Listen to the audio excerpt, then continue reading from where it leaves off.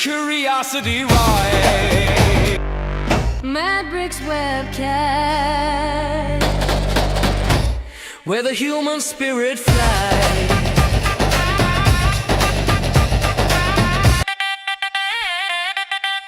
Madbricks webcast,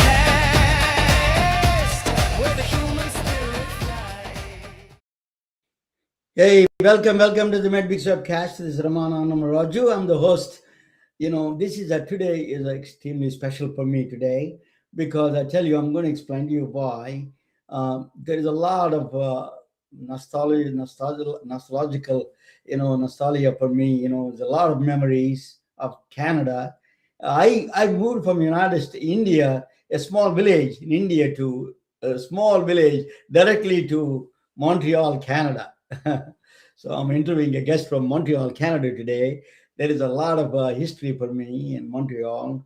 I really, um, that's the only place probably I like to snow a little bit better than any other place, But anyway, without further ado, let me introduce my co-host, joining from with black jacket and a red dress. She's joining from red lips and a brilliant woman and bold Dr. Susan Davis. Welcome. Ramona, your introductions are something else. Yeah. you know, Today is a somber day for me, Susan. It is my brother exactly died in the same, this week actually, in 4 years ago. He is from Canada. He is a he was a brilliant engineer. He did a master's in Toronto University of Toronto engineering, and then he became nuclear engineer, and he traveled around Romania, South Korea, Japan. He was traveled around the country, around the world to install nuclear reactors. It is one of the brilliant design engineers. Thank you, Navya. That's how you can move on. But he brought a radio. I put an article there, and he made a small radio when I was a small village. Our village has no running water, no electricity, and then at the time my brother came down to brought a shoebox radio. He made it. Everybody was surprised. We are in India is a 50 years behind the rest of the world at the time. Our village is another 50 years behind. you know. So so we are like 100 years behind in the world up there. So that my brother was a rare gem, a brilliant engineer. His kids are all over the world, and now they're all here. And he has two daughters and one son. They're all in technology, here in Silicon Valley and Seattle, Microsoft, and all those places. But my brother was indelible mark on me. He was when he was visiting every summer. I get emotional because every summer he comes and teach me mathematics, and he was very kind and a gentleman. He's my father's quality he has. He was a teacher, extraordinary teacher, and he was patient. He never criticized. He wants to teach something, and always he was a brilliant engineer. Um, so he passed away on bacterial meningitis. He visited at some temple, and he was retired in India, and then he was still working in the last minute at the nuclear reactor in Tokamak, Quebec. And then he retired, moved to India, and then passed away there. It's 4 years ago. But he is our family's like a father after father for us. But anyway, thank you for joining. But I went to Concordia, where the school, same school as Amanda Spilkin. She's our guest today. She's joining from Montreal, Canada. Let me introduce her. Let me talk. About the little introduction about her. Today on Medbix webcast, we welcome Amanda Spilkin from Concordia University in Montreal, Canada, where is this my alma mater is. Amanda is a PhD candidate in mechanical engineering, working in the intersection of aerospace, robotics, and healthcare innovation. Her research focused on autonomous ultrasound imaging for remote, rural, and even space environments. I used to do a lot of remote ultrasound machine. I used to do rural ultrasound services. She previously worked on the mixed reality surgical systems and medical device design. Amanda also brings experience from Pratt& Whitney aerospace engineering and space health research Today, we explore the future of intelligent imaging systems, rural healthcare access, and how machine learning may transform medical diagnostics worldwide. Welcome, Amanda Spilkin. For having me.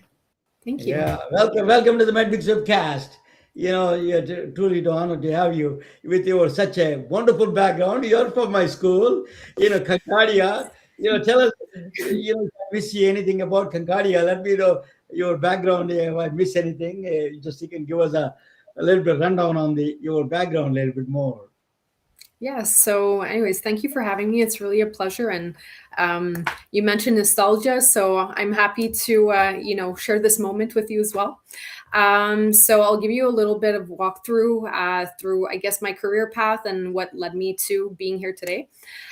So from childhood, I was always interested in many, many different things. The two things that really stood out to me was the human brain and health.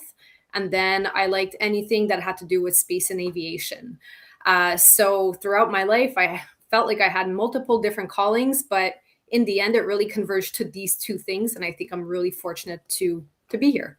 I started off at Concordia in actually a bachelor's of psychology, focusing on neuroscience.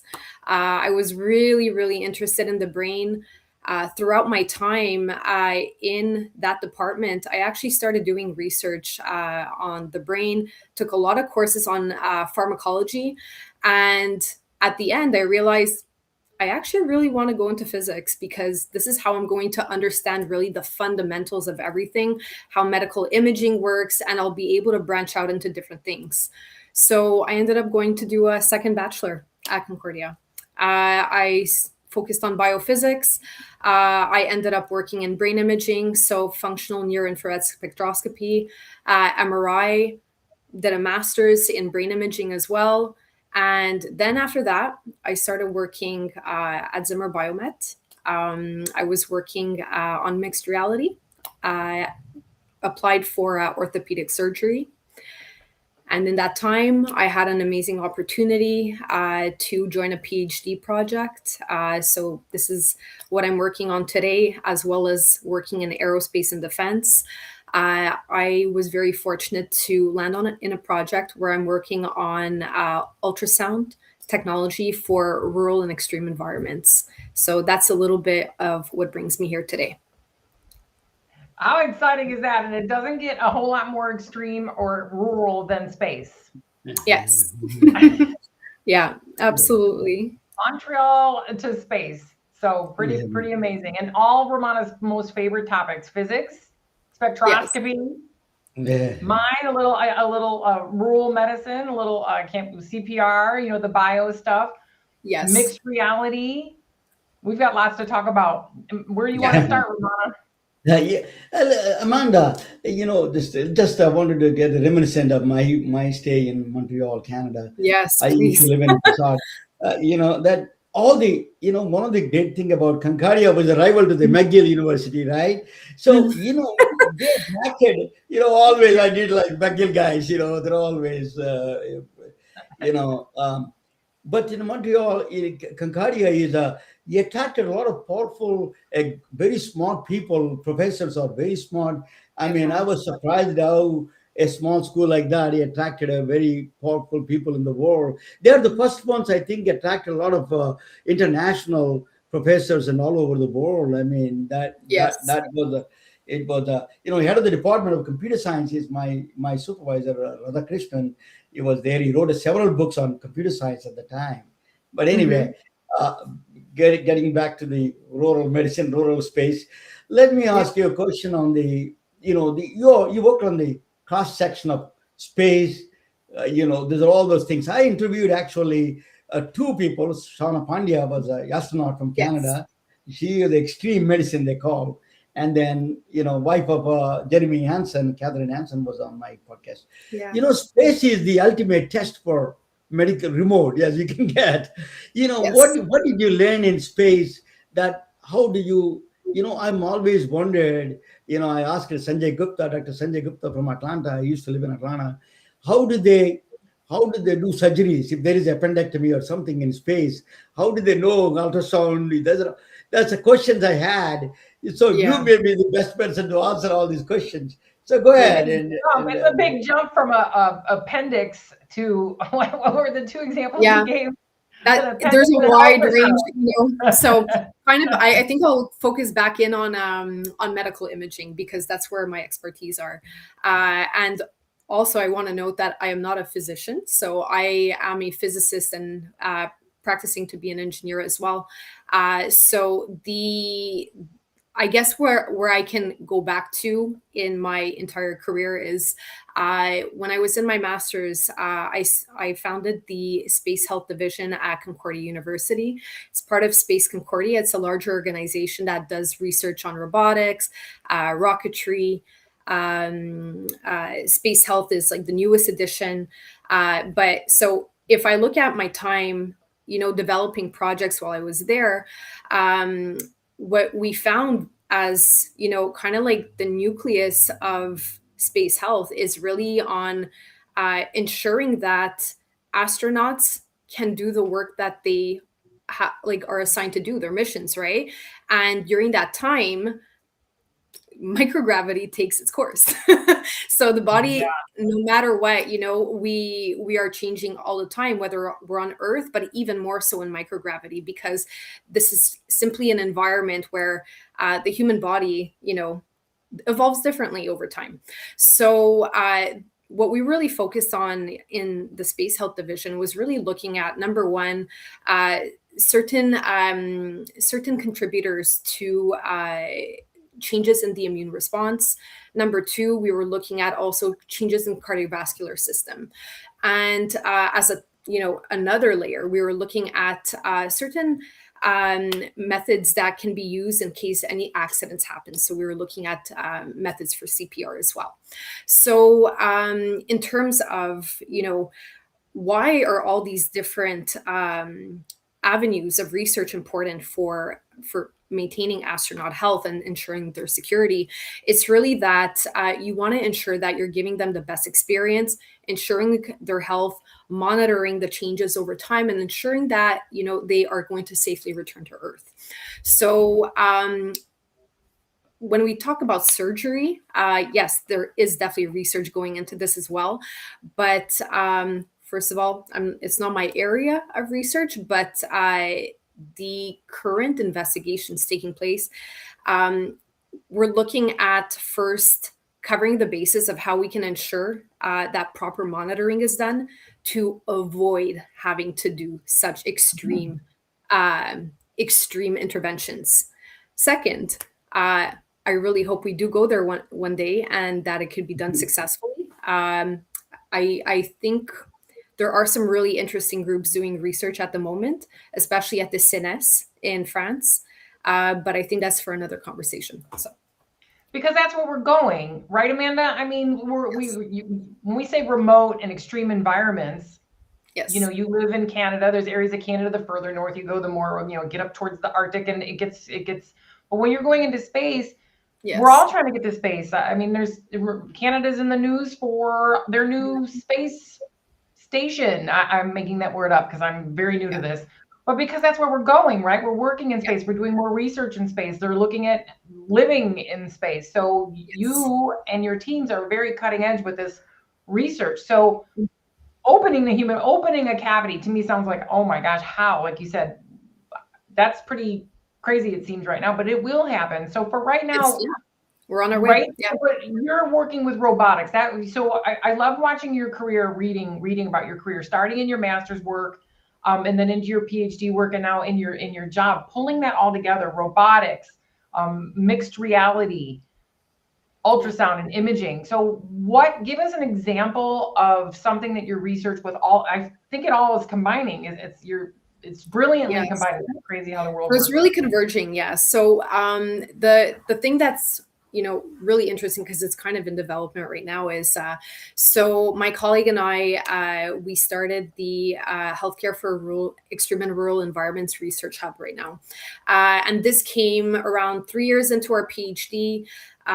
We started looking at, what is it that there's a lot of research in AI. There's a lot of research in ultrasound, right? And there's a lot of groups also that are putting the two together.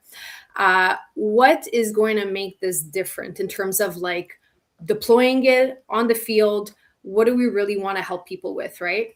So number one, accessibility to healthcare. If you live in any cosmopolitan city, going for a cardiac ultrasound, it's quite a standard procedure. You can walk into any emergency room and you can find a doctor that is going to be able to perform at least the basic cardiac POCUS protocol. What do we need to look at more, right? So what are the things that the rural population suffers from most, right? So we know, looking at Canada, we have around 20% of our population that is living in an area considered to be rural. Okay. We know that only 8% of doctors are able to serve these communities. And out of that 8%, how many physicians would actually be able to conduct cardiac POCUS, right? So we have to start looking at not necessarily looking to place more doctors in these areas, because the needs for these populations can be very widespread. So what can we do in order to empower these populations to have access to that kind of monitoring? So this is where we draw the parallel between rural communities and space. So we want to be able to place the solutions in the end user's hands. So that's really where we see the parallel between those that live in rural communities that could learn to perform their own ultrasound by having constant guidance, and then astronauts who also have very varying profiles. They're not all physicians, right? But they all have the ability to learn, and they all have the ability to have an interface that can guide them for this type of, I guess I could call it a monitoring session, right? So our development really started off with our robotic platform, where we were learning how to do, using the robotic arm, we were doing telerobotic ultrasound. So we would set up a station that would be near the robotic arm. We were working with the GE robot. It's fairly large. It can cover the entire torso. But we were working first, due to safety reasons, we were working with a cardiac phantom. So here, what we managed to accomplish was the training a model for classification of different cardiac views that can recognize all the views that are necessary for cardiac POCUS. So this was step number one. Step number two, we've moved on to humans. So we have 3 different databases, one that we're creating internally, and we're identifying the different cardiac views, cardiac structures in each view, and we want to empower really creating a system and empower the end user to be able to recreate this manual cardiac ultrasound scan in order to be able to record and register every single cardiac POCUS view, and then later on be able to send their scan to a doctor. So instead of being in a hospital, right? I have to ask, I'm sorry, Ramona, really quickly. Yes. First thing that always comes to mind when I see the robot and getting great views, what happens if the view isn't as well as you need and you would love to have some contrast media to get that image just the way the physician wants it? Have you started, because I know you have CPR in your history here, so here you see where I'm going. The rise of contrast, the rise of ultrasound is going up. Therefore, so is the contrast media usage. Therefore, so is anaphylaxis to arrest, 5 minutes or less, often from contrast media injection. So do you envision, you and your team, another robot putting in an IV? Like, how are we going to get the contrast media in them? So okay, I do see where you're going. So in terms of anything that's invasive, no. So this is, I would say that's more interventional, right? In terms of where we'd like to go, because we're drawing the parallel also, do we use, do Do we use robotic arm for rural areas? How difficult is that to get that out there, right? You need maintenance, right? You need a team that's really overseeing it. In terms of manual ultrasound, this is quite different, right? We have, with different AI models, we have the ability to create models trained on super resolution. So basically, tweaking the intensities, the gains, adding noise, reducing noise, adding artifacts, reducing artifacts, removing artifacts. These are all different methods used in AI in order to, let's say, extend data better sets. Yeah. Yes. Okay. So, and also, we are working with 3 different data sets. They're quite large, right? But the idea is that over time, the more images, the more videos you have of different ultrasound scans, the more people you cover, right, in your data sets, the more diverse the demographic. Over time, as you're training your models, right, you will be able to use this system anywhere in the world, right? Because our goal is to cover all demographics, all ages, and we are currently working on our first step is really separating the data sets so that we can properly tag, properly annotate, properly test also, right? In order to ensure the highest accuracy in our system. Amanda, is the data sets all publicly available? These are all, is it proprietary things? Nope. So we have a first data set that is available. It's for a cardiac phantom. That one was published.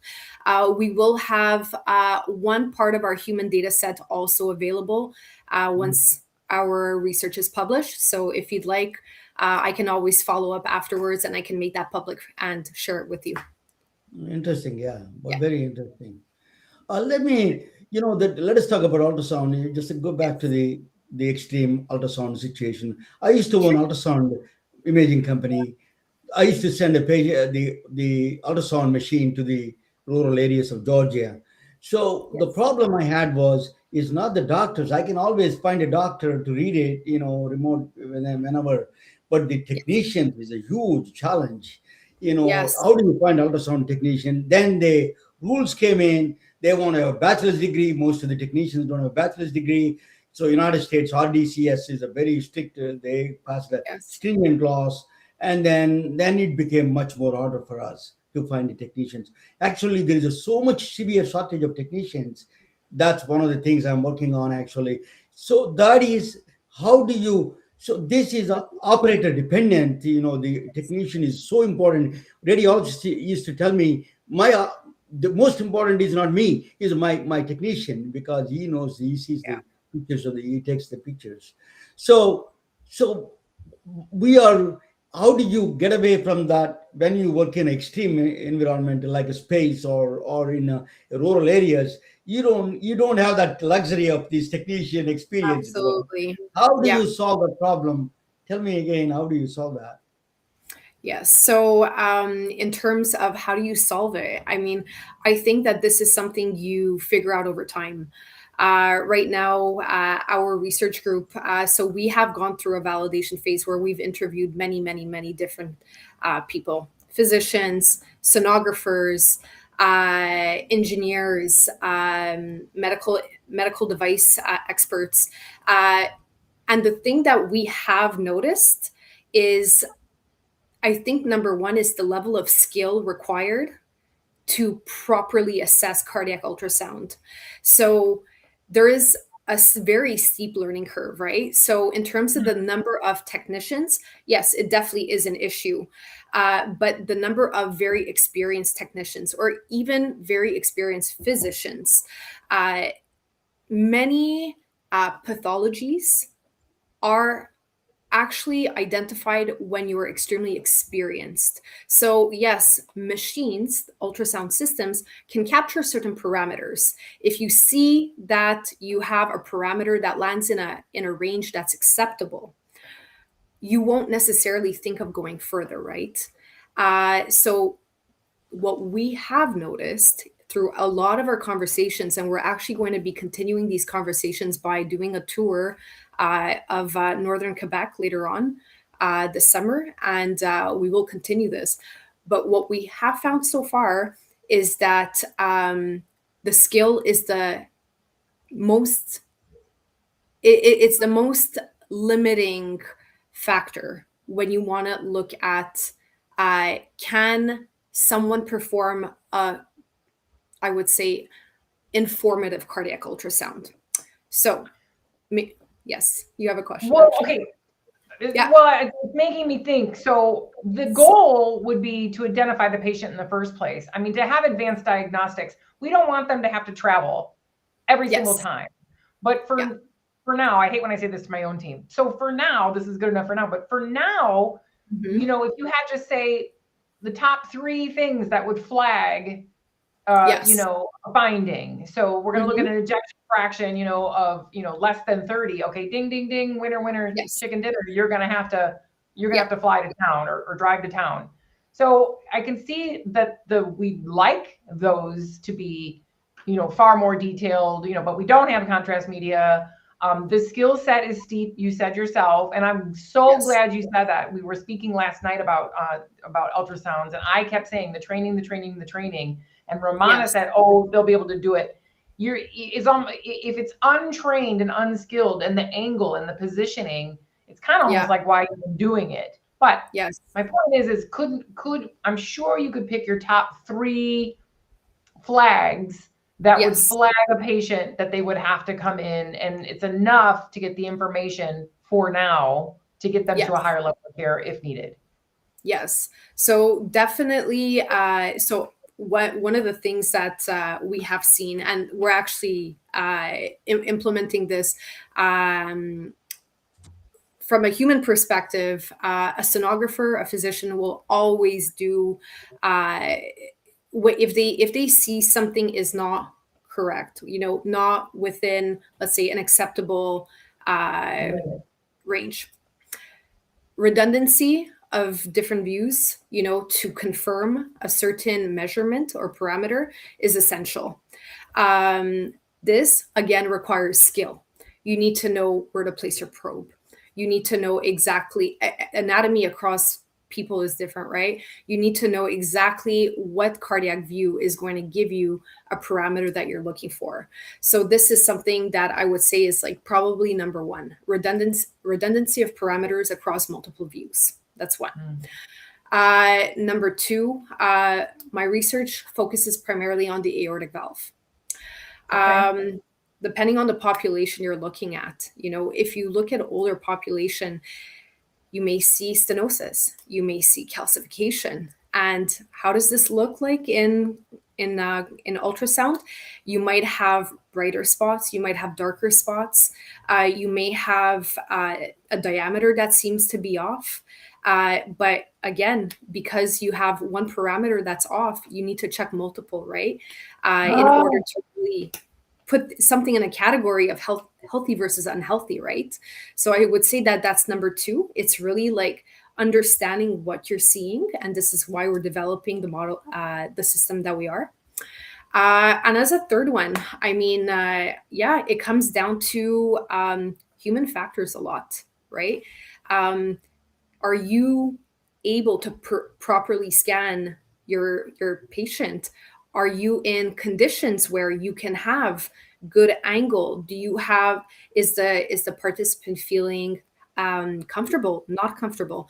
And in rural environments, I mean, and extreme environments, we're expecting that perhaps something has happened that you will not be able to do your ultrasound scan in a classic way.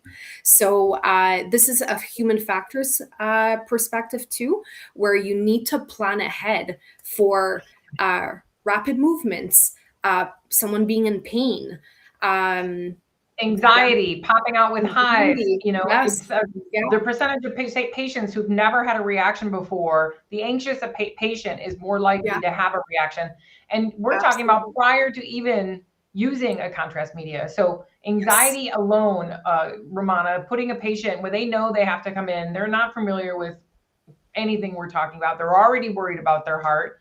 Now we're trying to put them in a weird position. And if there's any hesitation on the sonographers, you got to understand, how does it feel to be in that room, to be the patient? It's really tricky. So I actually teach sonographers and nurses and providers about their bedside manner when it comes to scanning and That's doing this fantastic. imaging, Yeah. because you're not going to get a good scan. An anxious person and an anxious patient, you're not going to get the imaging that you wanted. What is the role of artificial intelligence in this reducing the dependency on the operators like technicians? Is that I see in Silicon Valley that is moving in that direction quite a bit actually. The as you saw exo imaging and butterfly, these are the units coming up with a more. So do you think that will be more AI is going to play a role in that direction? Yes. So I absolutely am a believer that AI will be helping a lot in the future. I know that it's a tricky question. I have worked in the world of medical device development. In Canada, I'm not sure if in the States it's different, but if I look at standards and regulations, like, these are all recent things when it comes to like AI in medical devices that are commercially available. But I am a believer that eventually AI will be implemented in probably, I would say, almost a majority of devices, because if we look at the amount of information that's available to us, obviously some of it is privately owned, but there are many groups that are making it publicly available, and it is incredible the amount of advancement that we've seen in recent years when it comes to medical imaging. Um, I think what I would like to mention also is, if we look at this issue of the learning curve, um, machine learning and AI will play a huge role in the training of sonographers and physicians. So I don't want to say that it's going Jeremy, to be. Amanda, who's training the agents? Who's training the agents? Who's watching the agents? Well, actually, even on The our team, AI watching the AI, Amanda? the sonographers and physicians are the ones actually validating the work that many people put into annotating the data Good. sets, right? So it's a full circle. I don't want to say it's ever going to replace doctors, though, because I do No. think that that's fundamentally, there's going to be a second layer of Yeah. having to confirm a diagnosis. Eyes on the prize for Eyes on the sure. prize. And I think it's great. I think it's wonderful. Yeah. Yeah. Someone's got to watch who's getting watched. I mean, because it happens every day. We were talking about it even again just last night, but the volume that the physicians and the sonographers are having to look, when the AI can churn and churn and churn. So, Yes. you know what? I can't imagine, and we've had guests on here that work in compliance. I mean, so the layers of compliance and the policies Yes. that need to be written throughout the Mhm. compliance process need to be rewritten about every 5 seconds. It is right so now. complex. It is so complex, and I'm trying to keep track of it because it's our work, but it is changing so rapidly. Yeah, Sure. yeah, Quebec kids itself is an extreme environment. In northern Quebec, if you go a little bit further, you don't have to go to space. I Yeah, mean, you don't have to yeah. go to space. I went to see my friends in Regina, Saskatchewan. Oh my God, there's a ice tundra up there. So you see, extreme. I'm not saying anything bad about it, but that's a different world. Let me ask you a question on the ultrasound aortic valve situation. Why you're focusing on aortic valve, not mitral valve, perhaps mitral valve or any other valve? So what is special about it? yeah. Well, Oh, that's so a good question. as we discussed, actually, so like our first layer is really looking at the most important views in cardiac focus, right? So we really want to ensure that At least what we cover on a first level is anything that would be, let's say, performed in the emergency department. So we want a overview of the cardiac POCUS scan. Now, really to dig in deeper, the aortic valve is quite complex, and it's responsible really for, a huge portion of how our body functions, really. So it's actually, there's two sides. There's two levels to why we are focusing on the aortic valve. So the first one is that when you have a bicuspid aortic valve, it is considered a congenital heart disease, and someone can live with a bicuspid aortic valve for almost their entire life and sometimes never even know about it. However, once let's say as your heart starts deteriorating, your health deteriorates quite rapidly. So we focus in on the aortic valve really to look at if we can, as a first step towards assessment, can we assess that the aortic valve is properly structured? So anatomy is important. So we look at does the heart have three commissures? Does the aortic valve have three commissures, three raphe, three leaflets? Structurally, if we see this, okay, we can go on to the next step. Next thing is we are looking at, as we're looking at an older population, you may see other things that could be spotted in ultrasound imaging, which is the differences in intensities that could be due to calcification. So as someone gets older, it could be more common that someone's heart becomes more rigid. Could it be stenosis? Could it be calcification? When we're looking at these images, do we see any parameters, that are quickly identifiable, right? Do we have anything that we pick up in in the images through intensity, through let's say when we're looking at a video and we see the motion of the heart, is there anything that stands out in particular in order to assess rigidity? So stenosis, calcification, do we have movement as expected, let's say? So these are, I would say, the main two reasons we're focusing on the aortic valve. Brilliant. Yeah. Amazing. Amanda, you're the future of the physics. When I came to Silicon Valley, the physics is like doctors and medicine is physics is like is like a Sanskrit or a different language, a Polish language, maybe. The Polish wisely chose. It is a very important. Actually, more you understand healthcare, more the physics plays such an important role, not only in the engineering side of it, and then also the system side of it, system health side of it. It plays a critical role in the physics now, because that American healthcare system is a broken healthcare system, is a chaos beyond repair in my view. So this is where physics plays a role. In physics has a very important role in its place. So I wanted to present a topic on it a little bit. It may be interest to you because that is something that Navia, can you put that? That is actually something connection with the Concordia also a little bit. Let me introduce you. This is I always think Amanda, you can comment anything anytime. You can make a comment. It's just a very short presentation. So this is I wrote a book actually during the COVID. Is a science is not a subject. Science must be a lifestyle. In that book, it's I'm not talking about mathematics. It's a mathematics of how that hidden life secrets hidden in the mathematics. That's what either biology and frequencies. Susan talks about frequencies all the times. I'm going to talk about 100 years ago. A man from India changed the world of mathematics forever. I'm going to tell you about that in a minute. His name is Srinivasa Ramanujan. Srinivasa Ramanujan was born in a temple town in Tamil Nadu, India. It is a temple town. It's all the temples around there. He was born in 1887. and he was born into the, you know, very, at that time the house has no electricity, no running water.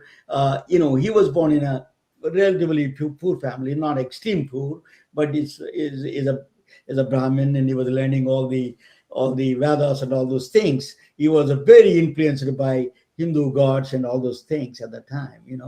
So he was brilliant, brilliant in mathematics. He learned. He was he loved numbers. He was see the numbers, but he lived in the numbers. He brought the life back from numbers. Number theory is one of the strangest thing. Ramanujan summation is, if you add all the integers, is a one minus 1/12. It's a very strange mathematics. He bought it. So he threw out so many equations, and he's sending all his equations to different people. And then he sent one of those letters to Hardy, G.H. Hardy, his supervisor in England. His name is G.H. Hardy. He is a very well-known mathematician from Trinity College, from London. He sent Ramanujan sent a letter to him, and then he was stunned to see that equations that even beyond his understanding of these equations, he cannot be fraud. This guy has to be real. So he invited him to England. He doesn't have a degree. He has no formal education. He's just reading from his backyard and doing in the living room all his mathematics. So he moved to England in 1914. From through ship. In fact, Ramanujan went to England, and so then all of the professors in mathematics department. That is where Trinity College, where the Newton was a professor in 200 years before that, is that Newton was a professor in the Trinity College, Sir Isaac Newton. So they asked him, the questions are very similar. J.H. Hardy and all these people are surprised how he arrived at these equations, which is our mystery. What he said that is in the dreams, that a God is coming and giving him all these equations. That's why they asked it. The conversation went in the similar way. Is what God is? He said that he gave a picture, name of the goddess is Namagiri. I have a photo. So the Western people with the logical mind said, "Oh, forget about it. Sorry, we asked you." So it was a very strange combination of this intuitive mind and a religious kind of a scripture kind of world he's in. But if anybody else, they would have dismissed him in a second. There's a crackpot. But listen, what he said. The Ramanujan is one of the Michio Kaku said that is the strangest mind in the science, entire history of science. Unfortunately, I can't read that. So now I can read. Michio Kaku is one of the scientists, and you see on TV. Srinivasa Ramanujan was the strangest man in all of mathematics, probably in the entire history of science. He has been compared to the bursting supernovae, illuminating the darkest, most profound corners of mathematics. That Stephen Wolfram, Alpha Math, he wrote books on Alpha. He is a platform called Alpha Math and all those things. He's a very well-known mathematician, richest mathematician probably. Ramanujan's greatest skill was an uncanny ability to tell what was significant. Stephen Wolfram, and then Ken Mono is actually connected with me. He's a professor in Virginia Tech, and now he used to be in Atlanta. I interact with him actually a little bit here and there. But Ken Mono, professor of mathematics, he said that he studied the Ramanujan papers in detail. He tells a story, very moving story. He was not a good student. Ken Mono his father was a mathematics professor. One day he received a letter from Ramanujan's wife after passing away 100 years. Long after long passing of Ramanujan, his wife sent him a letter because they supported all the mathematicians gave contributions there, and she sent a letter. And he saw first time his father was crying in tears, and it was moved him, and then he became a mathematician. Ken Mono is a Silicon Valley advisor here, and he said that he was also actually a consultant for a movie called Infinity, Man You Knew Infinity, Ramanujan's movie. So he said that Ramanujan papers in detail says Ramanujan's work in mathematics is the epitome of intuition. For a brief window of time, 5 years, he lit the world of mathematics on fire. But I'm not talking about mathematics here. Is a mathematics is a, the powerful intuition mathematics turned into modern computation. Actually, they went to Haifa, Israel. They put a Ramanujan machine. Is a full of Ramanujan's algorithms. Haifa is a religious place. They have all the religions: Jewish, Islam, and the Druid religion. All the religions are there. They put a Ramanujan, who is a very religious guy. He put his machine in the Technion, Israeli Institute of Technology. They installed the Ramanujan machine with the Ramanujan's algorithms. These are algorithms, that if you during COVID-19, they want to find the molecule for the COVID-19, the IBM supercomputer in the Oak Ridge, they did that. So what they did was, if you don't put these algorithms, you would have gone to 10,000 years, you could not find the molecules.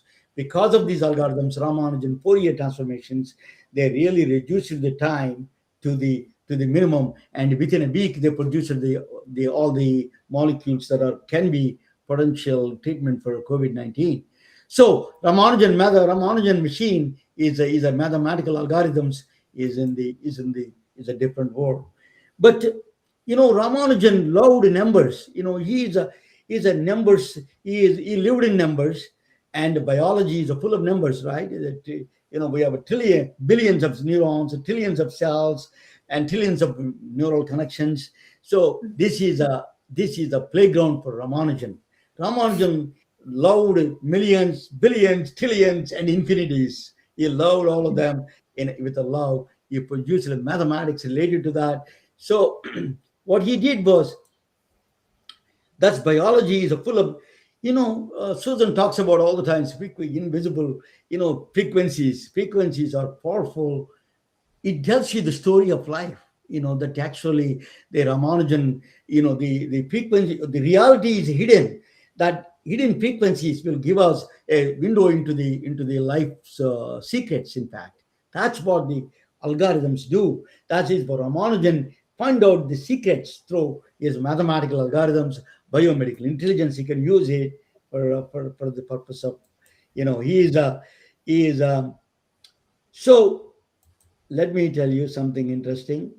So right now, if you want to know right now, EEG epilepsy, for example, if you want to find out the epilepsy causing cells in EEG, see what is special about Ramanujan mathematics. It can find the weak signals. Amanda, you may like it. It is a symmetric patterns it finds. It extracts the very very weak signals and weak patterns. It recognizes it. Fourier transformation, you need a clear signals, right? As an engineer, you can that part. But the Ramanujan is specialized in finding out. That's where the HRV also, they use a lot of Ramanujan algorithm inspired algorithms, because they are all complex mathematics they use to heart rate variability side. There's all this became popular because of Ramanujan inspired mathematics. Now, Concordia connection, Amanda. It will. Do you know this Professor John McKay? I don't. Yeah, he died in 2022. Actually, he was Okay. emeritus professor in computer science in Concordia. I saw him. I took a class, but actually, he found an equation. It's called. It looks like a very strange equation. Is a 196,884 equals to 196,883 plus 1. Is a number theorist in Concordia University. John McKay is a British mathematician. What that is, what he found is amazing. What he found was that Ramanujan during he moved. He was only for a short period of time. He was in England. Then he was sick. He fell sick, and then he moved back to India. Last final days, he produced some startling mathematics. It's called modular functions. Modular functions. These are all Mach theta functions. His mathematics is beyond understanding of any present day people. So what John McKay did, Concordia professor, found that one of the connection between them, that is hidden dimensions is giving how the hidden dimensions are found out through mathematics. That part, hidden Mhm. dimension. Um, So what John Mackay was found out is what is hidden dimensions. I tell you best example of Indian Hindu story there. There is a Bhagavad Gita. Hindus play, Bhagavad Gita, Ramanujan's favorite ones. Bhagavad Gita is Hindu, the dogmatic kind of a epic book. In that book, the Lord Krishna was a god. He shows the transcendental form to his disciple Krishna, Arjuna is a disciple during the war, but he wants to show multi-dimensional form of him to his disciple. But he says that you cannot see me. I'm going to give you a special divine sight to you, so you can see all my entire universe. What is the entire universe of 11 dimensions? I'm everywhere, omnipresent, omnipotent, omniscient. I'm everywhere, all the places, all the times. That is the one, that mathematic, that is the transcendental form of Krishna. So Mhm. that hidden dimensions you cannot see unless you have a divine sight. But hidden dimensions in mathematics, you need a mathematics to see. That's what their origin gave, hidden mathematics to see the hidden dimensions. Mhm. So that's what John Mackay found out, the connection between the physics and the hidden dimensions of the physics. String theory was evolved from there. That John Mackay, from professor from Concordia, found out that connection. He published a paper. He became very famous, actually, that Ramanujan's modular functions, connection between the modular function of Ramanujan and him. It is a when I was doing that, I was so surprised. Concordia was involved in that fun. So, what is Amanda? You were talking about data set, data. If you use it really, this is I have a problem with it, to be honest with you. Because in Silicon Valley, these people, $500 billion, $1 trillion, they want to spend on data centers. Is if you don't understand the nature, you need a brute force mechanisms, or if you don't have intelligence. I think intelligent things, you don't need that kind of a data requirement.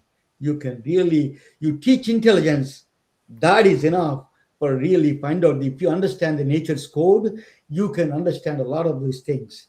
That's what you need to teach, understanding the nature. That is what Ramanujan mathematics gives into preview to that intelligence, Mm. through mathematics, the formalism. Mhm. So that is his theory. He died in 19. He died a long time ago, 1920. He died, but let me tell you, his mathematics just lit the fire. A lot of people working on his mathematics. Black holes, for example, the entropy of a black hole is based on Ramanujan mathematics. Mm. The entropy of the black hole on the surface, that they store the information paradox, was solved through Ramanujan mathematics. String theory, for example, that higher dimensions, that string theory, higher dimensions, is all these things came from Ramanujan inspired mathematics. For example, microorganisms, all the viruses and bacteria, they're all billions and trillions. That's infinite numbers, can be dealt with the Ramanujan mathematics. He understands it. Even ATMs, cash distribution is integer partition system. He found Mhm. out the partition system through this one. So there is a movie was done, Infinity, The Man Who Knew Infinity, by Dev Patel in England. It's a wonderful movie. If you have not seen it, see it, please, on Amazon. It is really a great movie. That was a Ken Ono, the professor, was as a consultant for that. Actually, it was a fascinating movie. How a brilliant mind 100 years ago, the technology still we are understanding is a there is a lot of powerful people working on my some of them are my friends, actually. um, so what is that Ramanujan mathematics can tell you in biology is the cancer cell signals are all weak signals. You can detect it through that strange signals. You can extract the patterns through Ramanujan mathematics. Brain signals, for example, neural connections.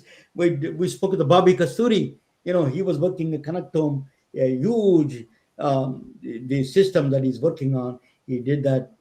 Those kind of things. Ramanujan mathematics really shines. Mhm. So there is a lot of people working on it. Um, a man who lived 100 years ago, He produced it from mathematics in a kerosene lamp, produced it mathematics with infinite series. Is a complex, still we are understanding, we are trying to understand. He gave a 3,900 ideas, theories, and probabilities. He gave it is Miranda Chang of Paris. She is a pioneering. Manjul Bhargava, I know him. Manjul Bhargava from Princeton University, mathematician. Actually, I met him. He looks like a student. He was working on the number theory. And then John Duncan. John Duncan is from Emory University from Atlanta. Ken Ono, I was telling you, they're all very the powerful minds of the world working on this one, including Concordia. Some of them are working with the John McKay students, probably working there. But the Shamit Kachru is another friend of mine. He's from Stanford Research. He did work on these monster groups. These are the that is I want to mention you. That's one of the things is I just a little complex, but I'm going to do that. I said that monster moonshine. I did. What is the groups are sporadic groups. These are groups of. So you take a snowflake. How many ways you can rotate? The only one way. Then it is no difference when you rotate. So all these operations you do, these are part of the groups. They make it. But there are groups that they don't fit in any group. That's called a monstrous group. I don't know why they put a moonshine, because you have to drink a moonshine or something. I don't know. So to see those dimensions, to see the numbers. But, Susan may know about it a little bit more. Yeah. So moonshine mathematics is a mathematical background, actually, that to find hidden dimensions. So that is a group that working on. Thank you for watching. It is that connection. I loved it. So that's I wanted to talk about that. Thank you so much for joining. Thank you so much, Amanda. It is totally an honor and privilege to have you. Thank you. Fantastic learning, Amanda. Thank you so very much. We really do look forward to hearing from you again. I cannot wait to see where you go from here. Yes. And all your colleagues. We are retailing their stories through our patented designs that can be worn on scrubs, t-shirts, printed on conference bags, and endless other promotional materials.